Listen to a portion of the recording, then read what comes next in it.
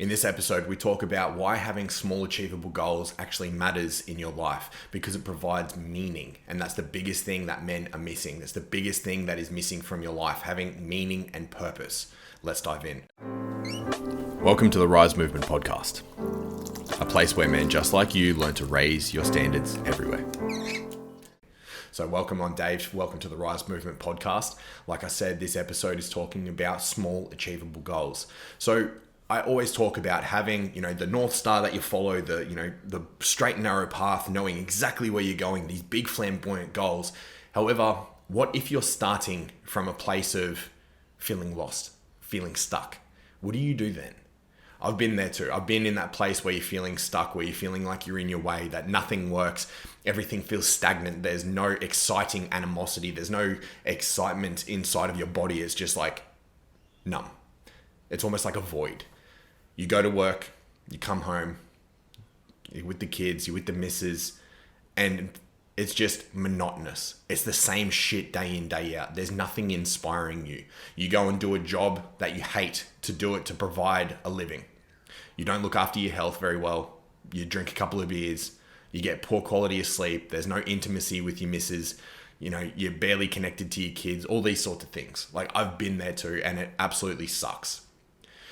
One of the biggest things that I can tell you to do as an actionable item straight away, because here at the R.Y.S.E Movement, we're all about taking action, is choose something. Start somewhere. Oh, but Dave, I don't know where to start. It doesn't fucking matter where you need to start. Start doing something. Men are at their best when they are doing. If you are a little bit overweight, start there. If you drink too much, start there. If you smoke, start there. If your relationship is in tatters and you're disconnected from your partner, start there. If your finances are fucked, start there. It doesn't matter where you start. You know intimately where the problem areas of your life are, where the areas that you need to put a little bit more effort in and apply yourself, use all of your willpower, all of that discipline, dedication inside of you to be able to make change. You know that place intimately. I know that place intimately in my own life. Rach and I, we need to reconnect at the moment. This morning, she said to me with a big, beautiful smile on her face, she said, "You don't work Wednesday nights anymore, do you?" I said, "No." And she goes, "Good. You can create a nice little at-home date night." I said, "Perfect. Great. I can't wait to do this tonight. We're going to cook some dinner, probably have some steak, have a couple of glasses of wine maybe. We're going to be able to connect and talk and play games. We have this card game that we love playing, and we're pretty competitive with one another about. And it's just a shitty little card game. It's called Last Card. And we added some, little extra pieces to it to make it so that it's a little bit more exciting and a little bit more challenging. And we just have so much fun with it. And this is where we're at our best. We're not going out. We're not spending hundreds of dollars and, having to do all these things. And it's not just all about sex, and it's not just all about communication. Like, it's across the board. It's everything. And that's the thing that we need to work on at the moment, because we're feeling a little bit disconnected from one another. I know that place intimately because I've been feeling this yearning for being with Rach, to be able to just have time for us, to be able to have time to communicate, to be able to be intimate, to talk, and to build more love, build more intimacy, build more connection. And we've been severely lacking it because we've been both so fucking busy with everything that's going on in the family and all these sorts of things. And we need to put in. We both know that we need to put in. And that's what tonight's about. So I can't wait to get started on this. I can't wait to take some action towards this. I'm going to go out, buy her some flowers, might buy her an outfit that she can wear at home that's nice and comfy and snuggly. Hey, I might even get her one of those, snuggy blanket things with the sleeves in it. I'm going to have a field day being able to apply myself and to do the things that I think is going to enhance the relationship. It's not all about your relationship though. Like I said, if your finances are screwed, have a look at them. That old Carl Jung quote that I say pretty much every episode now, that which you seek is where you least want to look. You know the things intimately that aren't going well. So all you have to do is turn a light, turn your consciousness towards those things, put some time, effort, and energy into it, and fix it. Here's some simple steps if your finances are ruined. Grab the book, The Barefoot Investor. It's a very great place to start building some financial discipline, set up your bank accounts in the right way, set up automated transfers for savings in the right way, so that way you can get out of week to week and so that you can beat this cost of living crisis that we got going on. Every little bit counts. There's another great book called The Richest Man in Babylon. It's a book, it's a story, but it's got practical steps inside of each chapter that you can take into your own life. And you set up, rule number 1 or 2 or something like that inside of the book is all about save 10% of your purse, save 10% of your gold each week. That's a very simple step. If your fitness isn't up to scratch, you're a little bit overweight, or you drink too much alcohol, smoke cigarettes and stuff like that, set little goals. So if you drink 5-6 beers a day, limit it down to 2 and see what happens. See what happens with your sleep, see what happens with your mood, see what happens with your energy the next day. Limit that. If you smoke a pack a day of cigarettes, start cutting back. Figure out what's the trigger inside of your mind. What's the mechanism that makes you want to do these behaviors, that makes you want to drink, that makes you want to smoke. Understand what that is internally, because you have a picture that happens in your mind, or a movie, or some words that happens. That is what we spoke about a couple of episodes ago with the synesthesia that happens. You have a thought coupled with emotions that matches physiology, and then all of a sudden you have this synesthesia that makes you do a behavior. So if you're feeling insecure, anxious, embarrassed, upset, guilty, whatever negative emotion you're experiencing, it is coupled simultaneously with a physical response in your body, and then you do a behavior. That's what smoking is. That's what drinking is. That's what majority of the addictions are. There's an internal representation that's going on, and it is causing you to do a behavior. You are acting unconsciously and autonomously. You're allowing your unconscious to take over your body and to do these behaviors. Me, I used to bite my nails really, really badly. I've cut down a lot of them. I keep them really, really short for jiu-jitsu. However, mine was around insecurity and almost fear. So I'd be driving along and I mainly chewed my nails while I was driving. And the insecurity and the fear came from me not trusting the other drivers on the road to keep me safe, because I've been in a few car accidents. So I'd be driving along, chewing my nails, and I'd be noticing that there's this sensation inside of my body. And it was because I didn't know what was going on inside of the other people's cars, inside of their heads. I didn't know whether they were intoxicated or under the influence of drugs or anything like that, whether they're stressed, whether they got kids, whether, all these different variables. And so I had all this nervous energy sitting inside of me, and I basically took it out of my nails because I was afraid of everything else around me. I've now worked on that, and I now have a hell of a lot more control over my road rage. Like, I used to be super angry all the damn time, not just with like road rage or anything like that, but it would be just like I'd fly off the handle, left, right, and center. The slightest provocation, the slightest thing went wrong, all of a sudden, boom, Dave's angry. I fucking hated that. So I started to address the feelings that were inside, the thoughts that were there as well, and then what the unconscious body ramifications were. All these little goals that we're talking about, these little behaviors that we can change, they will help give you meaning. You have to start somewhere, because if your life is meaningless, you have no purpose, and you're feeling stuck and stagnant right now, start with something that you can control. When everything else feels like it's blown out of perspective, and redoing your relationship feels daunting, looking at your finances feels daunting, you might be 30 kilos overweight, have high blood pressure, and high cholesterol and diabetes and these sorts of things, look at the things that are causing you grief. You don't need to have suffering. You need to choose voluntary suffering, so your life all of a sudden has meaning. You're shit testing yourself against something that's challenging. That's why I train jiu-jitsu so much. That's why I do weightlifting. That's why I do, meditations and counseling and all these sorts of things, because I want to make sure that I can turn my light of consciousness towards the darkness inside of me. And I still have a lot of darkness inside of me. I'm human. Every human does. Some have a little bit less, some have a little bit more. My personality type, my psychology makeup, I used to be very neurotic, and I held a lot of things inside of my body and inside of my mind. So the way that I deal with things now is I voluntarily look at them. I step into the pain. I step into the darkness. I look at it voluntarily, so it doesn't come out and blindside me, or it doesn't come out and I blow up on my kids or at my partner or something like that. I want to make sure that I am in voluntary control of my mind. I am in voluntary control of my body.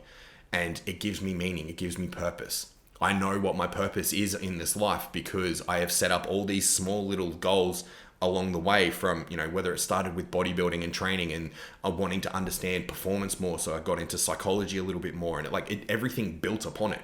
I have the life that I have now. I have all the knowledge that I have now. I have the things that in my life, and the people in my life, and the clients and everything else, because I started with small steps. You have no idea where your journey is going to go if you start. You have no idea. You can map it to the best of your ability and think, oh, well, I'm projecting that we're going this way.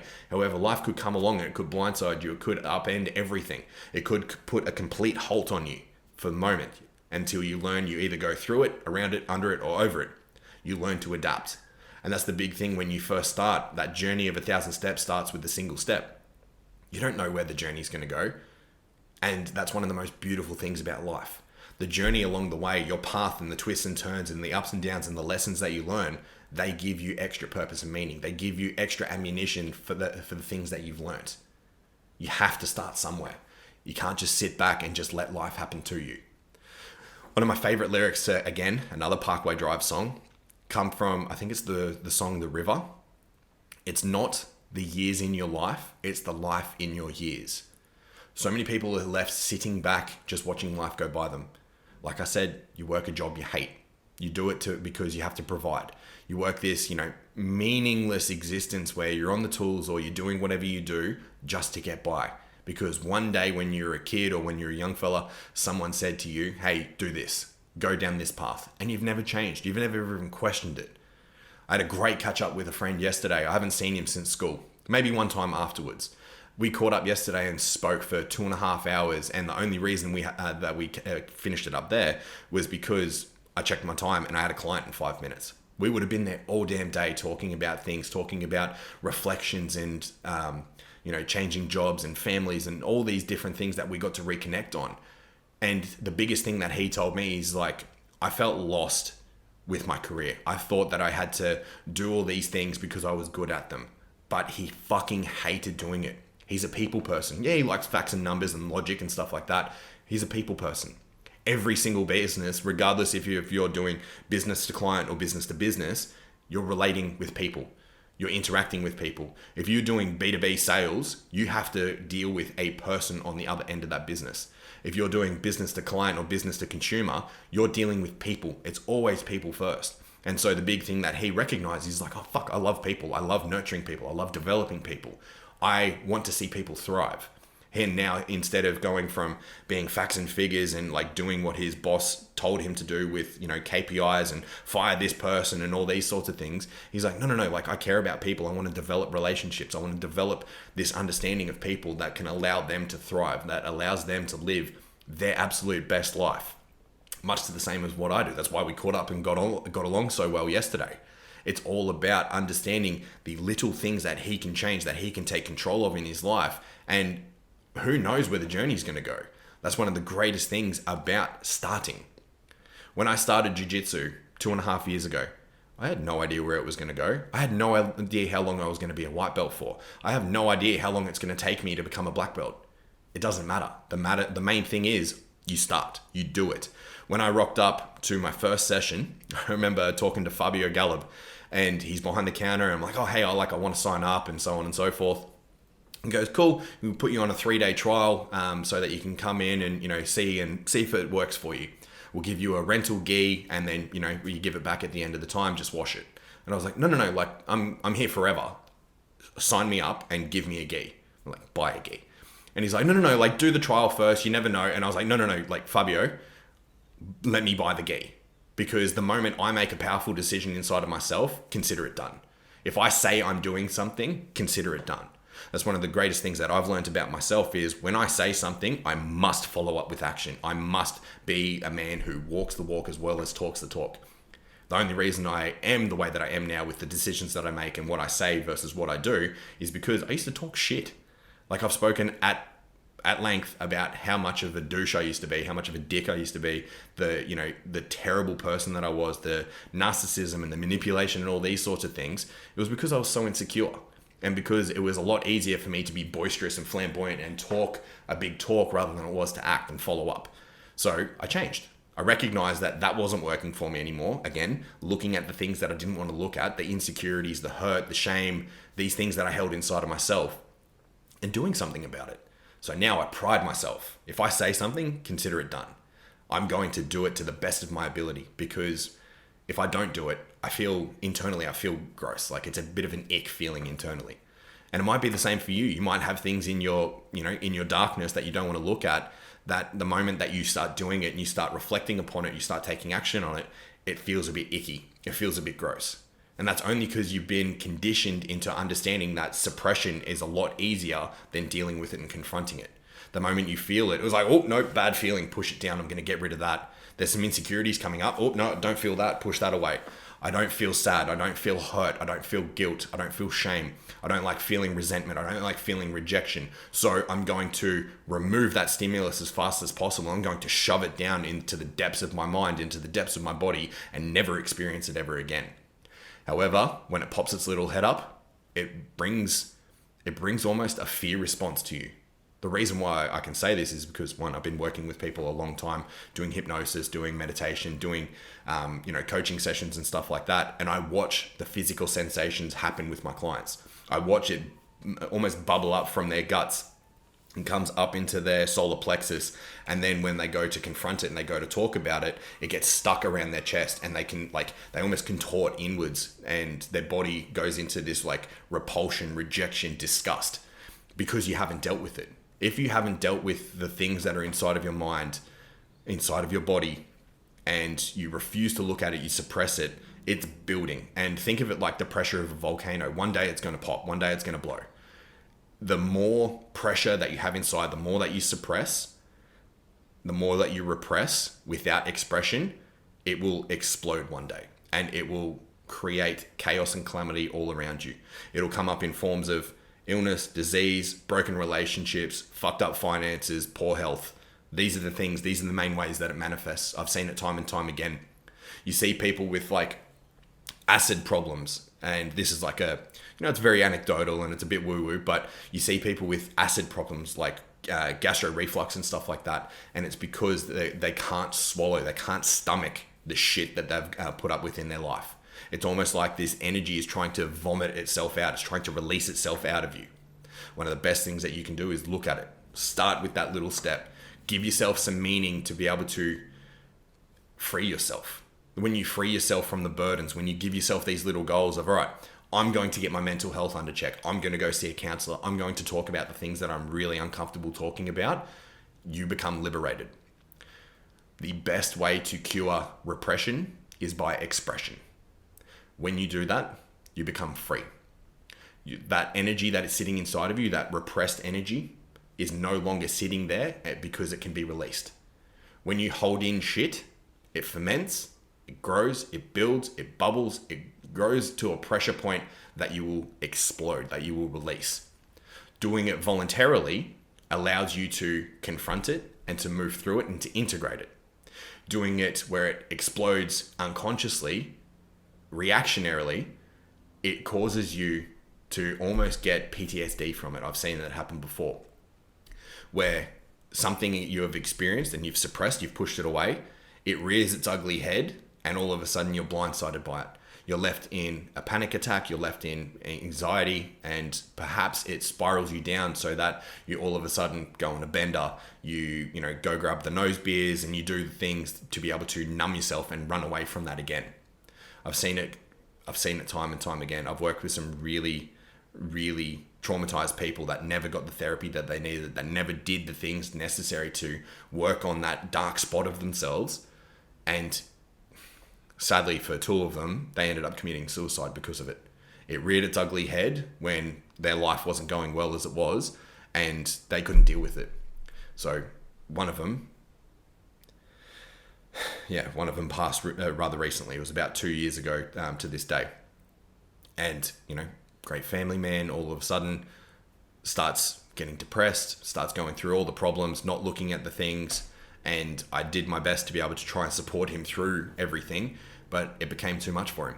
And he ended up taking his life, leaving behind a couple of kids and just, an absolute wake of devastation behind him. This is why it's so important, so that you look at the things that you don't want to look at. Your health, your finances, your relationships, your business, everything needs to be looked at, and do it voluntarily so that you can step into the light, so that you can have courage, so you can have some honor and integrity about yourself and know that you've got what it takes. You do. You absolutely do.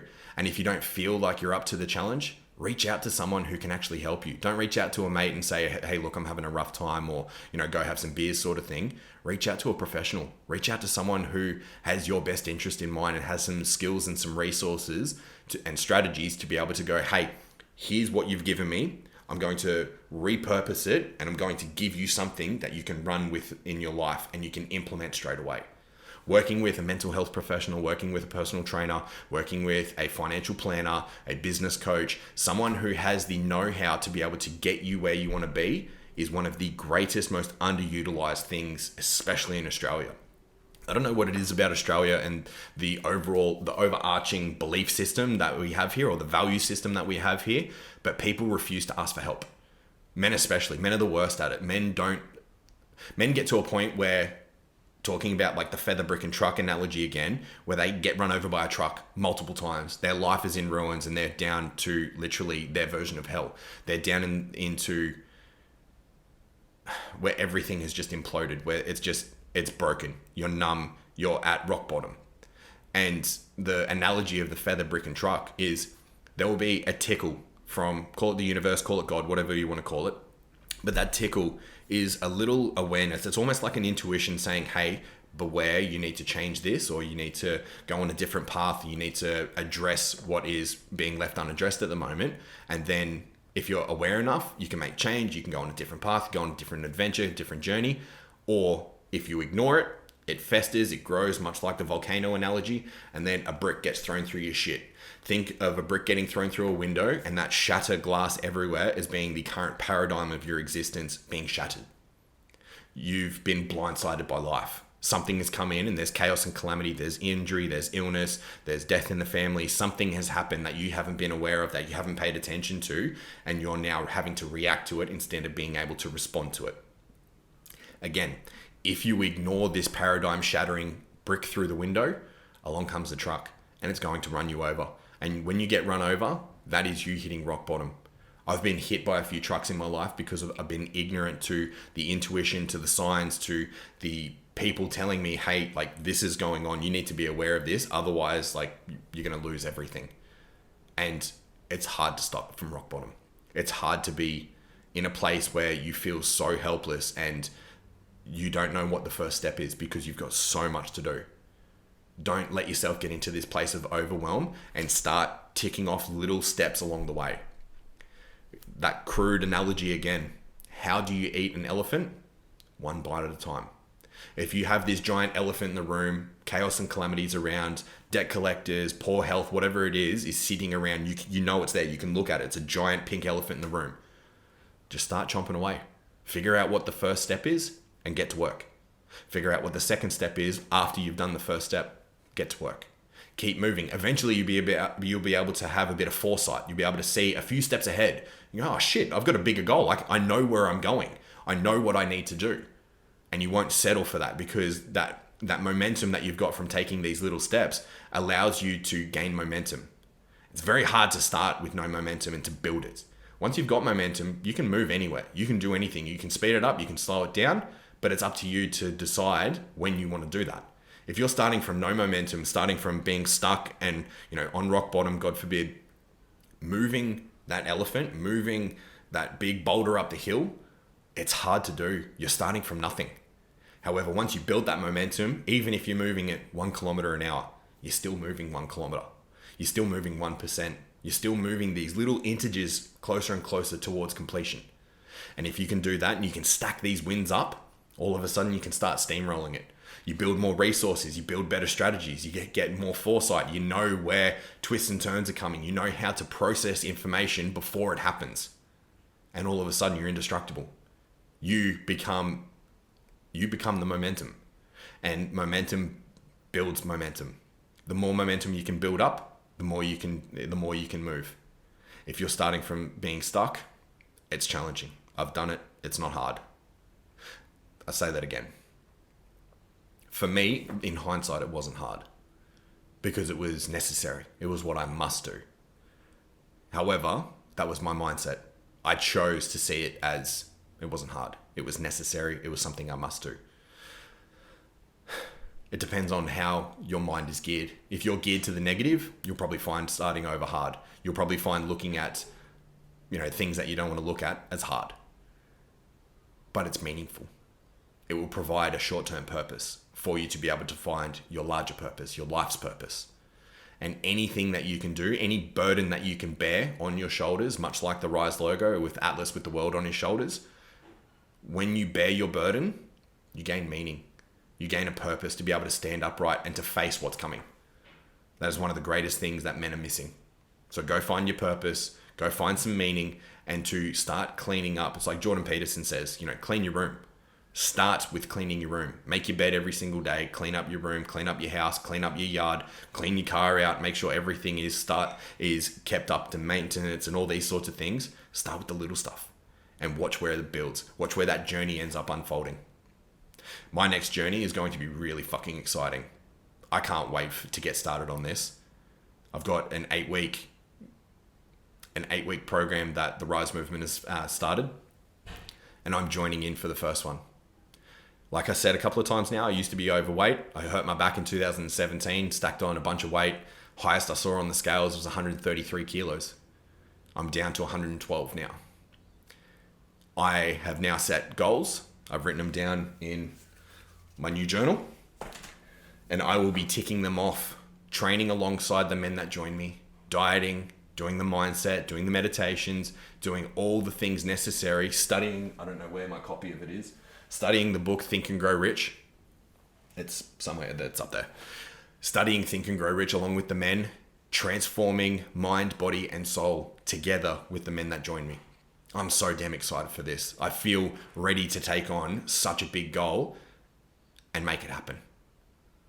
That feeling it's indescribable.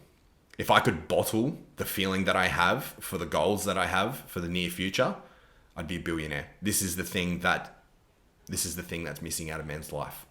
That inspiration inside of them, that anticipation, that almost nervous energy that has to create and manifest something in the real world. Go get yours. And that's where we'll leave it on today, guys, because I've got to get ready and get off to jiu-jitsu. So have an amazing day. Much love, and until I see you next time. Cheers. Thank you for being with me today. Thank you for subscribing and leaving a review. It really helps us out. Until next time, take care and much love.